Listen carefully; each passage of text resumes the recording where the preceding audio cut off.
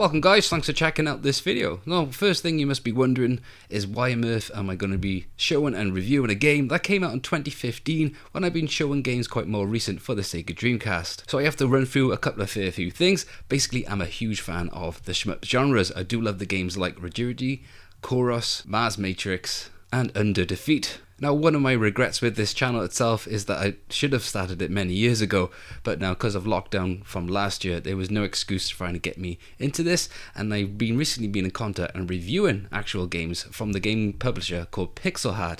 Now, I've done a couple of fair few videos on them, and the reviews and the actual communication has been absolutely awesome. So I thought, you know what, I need to try and get a couple of these independent Dreamcast games that I've been wanting for quite a long time. So about 2 weeks ago, I actually placed an order for Ghostblade, and it's finally came in the post. So I thought I'd give this an unboxing and show you what this game is all about. Now, the last time they actually sent me a game, it was actually just for review purposes for the independent release of Arcade Racing Legends, and they did have some groovy stamps. And what have I got here this time? Some type of pier. Where is it? It's all in French, isn't it? Bon-Tebrian Legeni. Smack on, that's how you pronounce it, right? So let's give this an unboxing. Let's find something to open it with. Oops. Got some more tape. So taking 2 weeks to actually get this from France. It's not too bad, to be honest, especially considering the circumstances that we're in as well. We got well packaged and well protected. I got some more bubble wrapping. And one unique thing about pixelheart, they really try and strive is actually getting the PAL cases for these games. A lot of other companies that do sell these independent releases seem to have the NTSC or the Japanese style cases, but because I'm always used to PAL cases and I like to try and collect, this is what they're really good for. And there we have it. I do like the front design, the cover art. This is probably why I really wanted to try and get this, because I did like the design on the case as well. And it's published by Josh Prod. If you haven't heard of Josh Prod, he's been working quite a lot on independent releases and working with pixelheart themselves to try and push more independent games for their actual console. Now, all these games are actually manufactured and published and pressed on an official disc, so they do look very professional, just like they were back in the day. So Sega themselves have stated that they don't mind if anyone actually sells any games for their older consoles. They seem to really thrive on it as well.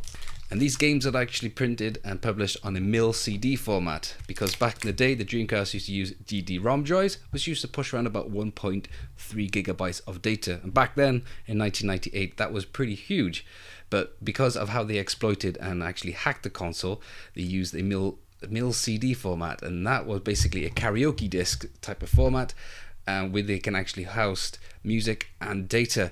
So the gigabyte actual ROM disc was very hard to actually hack and get discs and burned on, so they actually used normal discs and actually exploited that mil CD format, and that's how you got games that are independent released today. And let's open up and see what it's like inside. Nice.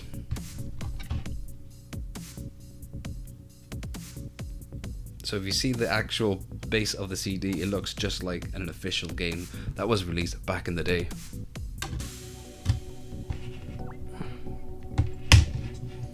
And we've got a manual.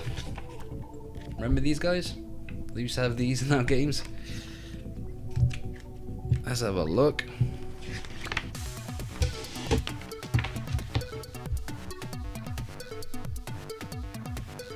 So we got some art there on the left, and everything's a bit more Frenchy. Got some other stuff. So it comes with instruction, controls, in multiple European languages, like we all used to back in the day, and published by Josh Prod. So now with the unboxing out of the way, let's head over to some gameplay and some facts about this game. The art and direction has hit a specific style, audio and gameplay designed around of the late 90s shoot-'em-ups, which is of course one of my favourite genres. Being released on the Dreamcast does really compromise with this. You can also play with a buddy for a 2-player mode, and you also have access to an arcade vertical style called Tate through the options if you have a type of setup that you can actually do this. I feel very tempted to flip around my HD TV to actually get this layout. You can also change the button layout to as you see fit.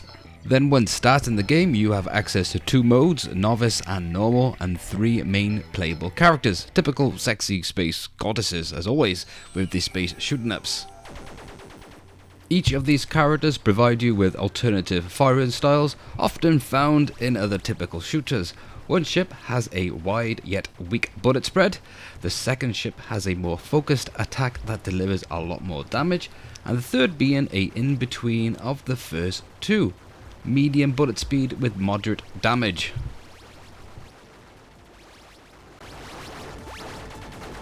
Game holds up very well with a smooth 60 FPS throughout my gaming experience.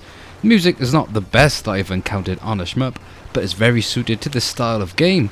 I have to apologise though for the capture quality, as I am not using really fancy video adapters like the Toro to the M Classic upscaler. Instead, I am using my budgeted VGA to HDMI capture, as my actual capture device would actually be able to take the signal. It does stretch the image quite slightly, losing that clarity that the game will actually show on your own TV. I'm hoping not too far in the future that I'll be able to cough up that £200 to get those adapters to bring you better video quality from the Dreamcast. But for now, I have to stick with my VGA to HDMI upscaler. There has been quite a fair few shmups for the Dreamcast after its cancellation, but this one does stand out in the independent category. The game itself is not that complicated, 5 levels with 5 bosses, with a training mode for each level you've actually passed, to touch up your skills and then progress and complete the arcade mode. All ships have 2 firing modes, quick and narrow, that slows down the movement of the ship, or wide spread fire that gives better movability of your ship, and down enemy crafts spawning you those gold stars. More gold stars, more points.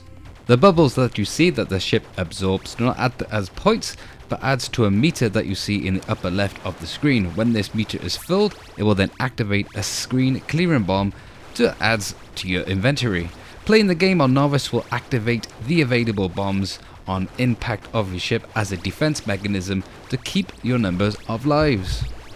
Now this is one for the owners of the RF Brooks HD adapters. I've recently purchased one of these. I do find them absolutely great, but with some certain titles, and with this game as well, shortly after, I found that the controllers were spazzing out quite a bit, causing the controls to drift off and also not registering the buttons.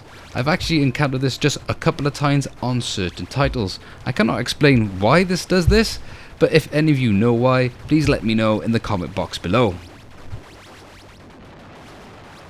Well, I don't always need an excuse to bring out the awesome arcade stick, but for the rest of the video, I captured I was using this instead. There were no problems with any other controller, just the RF Brooks adapter. If you are after a new shoot 'em up that doesn't really hurt the brain, with a smooth, solid and simple experience, Ghostblade is for you. With 5 levels, keeping a traditional pace. The first 2 levels are a pretty great introduction, then it slowly picks up difficulty. Visually, the game has some very nice 2D sprite work that you could class it in the same range as the classic Mars Matrix. Some downside of this game is the lack of a range or harder difficulty to suit those more hardcore gamers, and visually the game can compare to the games like Koros or Akuraga. It will be great to see one day again the Dreamcast be pushed to how it once was.